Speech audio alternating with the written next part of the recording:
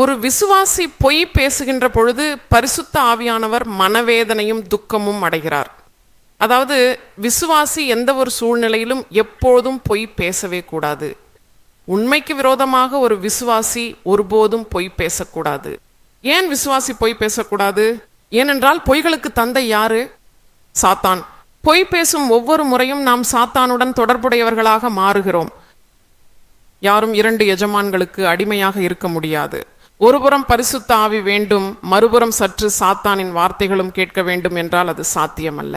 நீ உண்மையை சார்ந்தவராக இருந்தால், ஏனென்றால் பரிசுத்த ஆவிக்கு ஒரு பெயர் உள்ளது, அது உண்மை வடிவமான ஆவி. ஹல்லேலூயா. உண்மை வடிவமான ஆவி என்பதே அந்த பெயர். இயேசு பிரபுவுக்கு என்ன பெயர் உள்ளது? உண்மை. அவருடைய பெயர் என்ன? உண்மை. அப்படின்னா ஒரு விசுவாசி பொய் பேசலாமா? நாம் பொய் பேசுறோம். ஒவ்வொரு முறையும் நம்ம யாருக்கு வாக்கு அளிக்கிறோம்? சாத்தானுக்கு. நீ சாத்தானை சார்ந்தவராக ஆகிவிடுவாய். நாம் உண்மையை பேசினால்தான் தேவனுடைய சந்நிதி நம்முடன் இருக்கும். தேவனுடைய சந்நிதி இருக்கும்போது நமக்கு என்ன குறை இருக்கும்?